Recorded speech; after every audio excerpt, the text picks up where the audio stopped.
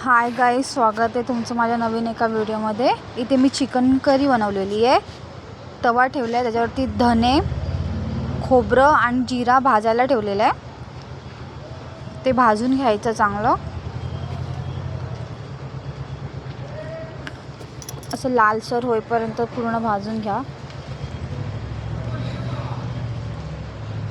कोण कोण भाजून नाही टाकत किंवा कोण कोण असं डायरेक्ट खोबरं गॅसवर ठेवतात भाजायला आणि मी कोण कोण असं करतात। तुम्हाला जसं करायचं तसं करा। डायरेक्ट खोबरं भाजलं गॅसवर आणि हे थोडंसं जिरा आणि धणे भाजले तरी चालतात आणि असं सगळं एकत्र कट करून भाजलं तरी चालतं। ते मिक्सरमध्ये लावून घ्या।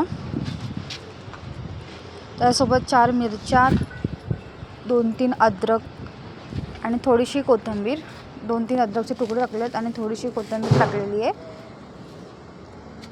ते असं मिक्सरला वाटून घ्या चांगलं बारीक होईपर्यंत। 2 चम्मच तेल टाकलंय।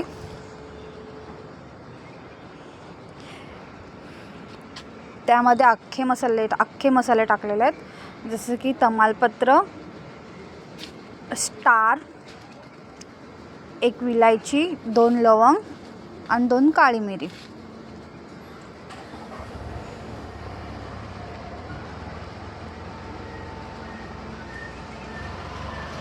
हे बघा, थोडं थोडं टाकून घेतलेला अख्खा मसाला।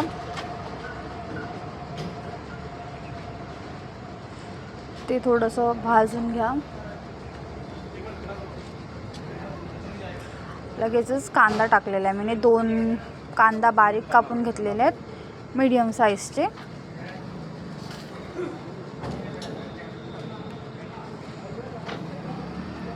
कांदा लाल होईपर्यंत भाजून घ्या, लालसर होईपर्यंत भाजून घ्या।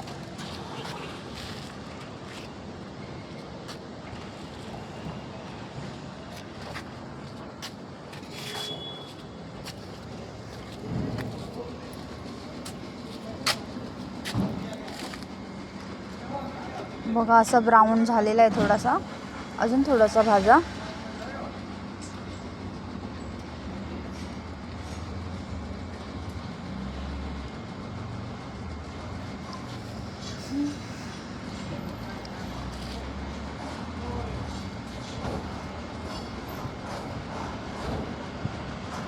कॅमेरा पूर्ण हलतोय, काय नाही, थोडंसं चालेल। कांदा पूर्ण माझा भाजून झालेला आहे, लाल झालेला आहे। त्यामध्ये मी आता टमाटर टाकते। हे बघा, 2 बारीक चिरलेले टमाटर टाकलेले आहेत, मीडियम साईजचे। कोण कोण वाटणामध्ये टाकतं टमाटर, पण मी असं कापून टाकते। बाकी ग्रेव्ही वाटणासोबत जरी टाकलं तरी चालतो किंवा असे कापून टाकले तरी चालतात। इथे चांगलं परतून घ्या पाणी सुटेपर्यंत टमाटर। हे टमाटर भाजून झालं आहे बऱ्यापैकी। त्याच्यामध्ये मी आता टाकली अद्रक लसूणची पेस्ट। वाटणामध्ये टाकली तरी चालते किंवा असं वेगळी टाकली तरी चालते, मी अशी टाकते। वाटणामध्ये लसूण नाही टाकत। अद्रक लसूणची पेस्ट मी ऑलरेडी करून ठेवलेली आहे, म्हणून ती माझ्याकडे आहे। इथे मी 2 चम्मच घरचा मसाला टाकलेला आहे आणि 1 चम्मच चिली पावडर टाकलेली आहे,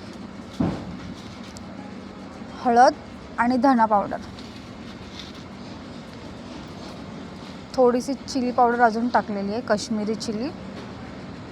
ते फक्त कलर येण्यासाठी, ती काय तिखट नसते। मेन तर आपली घरचं जे टाकलेलं आहे मी घरचा मसाला, तोच। चांगलं हलवून घ्या।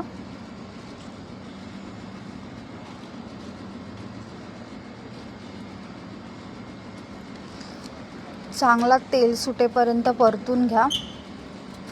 बघा, चांगलं तेल सुटलेलं आहे, मसाला पूर्णपणे भाजलेला आहे। त्याच्यामध्ये मी मगाशी दाखवलेलं वाटण आहे ना, ते टाका, जे की खोबरं, जिरा, धणे पावडर, धना, कोथिंबीर, मिरच्या आणि अद्रक, ह्याचं वाटण वाटलेलं ते टाकून घ्या।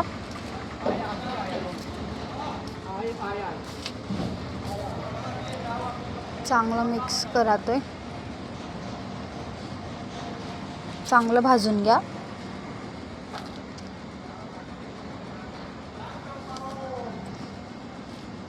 ह्याच्यावरती ना आता 2 मिनटं झाकण ठेवा.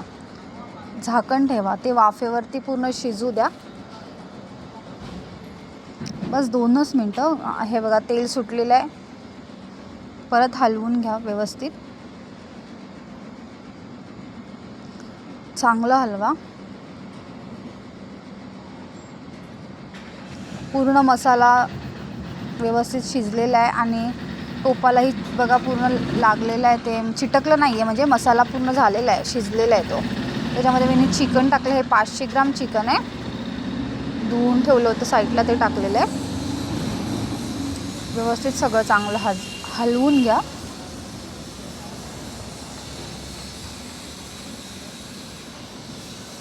आणि तुम्हाला इथे माझा आवाजासकट गाड्यांचा पण आवाज येईल. ते मी इथे बाहेर शूट केलेला आहे ना, आवाज टाकलेला आहे म्हणून आवाज येतोय. तो थोडं सांभाळून घ्या.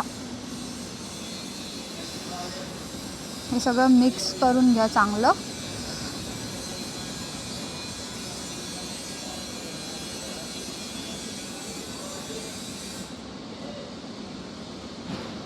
पूर्ण मसाला चिकनला लागला पाहिजे.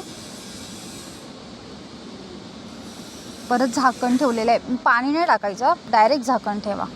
पाणी असं ते मिक्सरचं भांडं मी त्याच्यातच जे वाटेल त्याच्यातच थोडं पाणी टाकून ह्याच्यावरती ठेवलेलं आहे.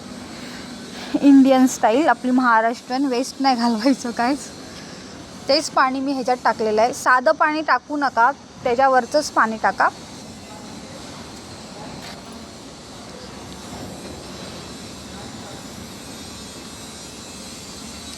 साधं पाणी अप्लाय केल्यावरती त्याची पूर्ण टेस्ट बदलते.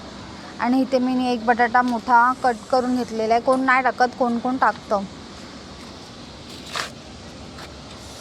बाकी तुमची मर्जी. तुम्हाला टाकायचं असेल तर टाका, नाही टाकायचं असेल तर नका टाकू. परत मी इथे झाकण ठेवलेलं आहे वाफेवरती. त्याच्यात थोडंसं पाणी घालून बघा चांगली उकळ आलेली आहे. इथे मी नंतर चिकन मसाला टाकलेला आहे. आधी चिकन मसाला अप्लाय करू नका, हे नंतर टाकला तरी चालतो.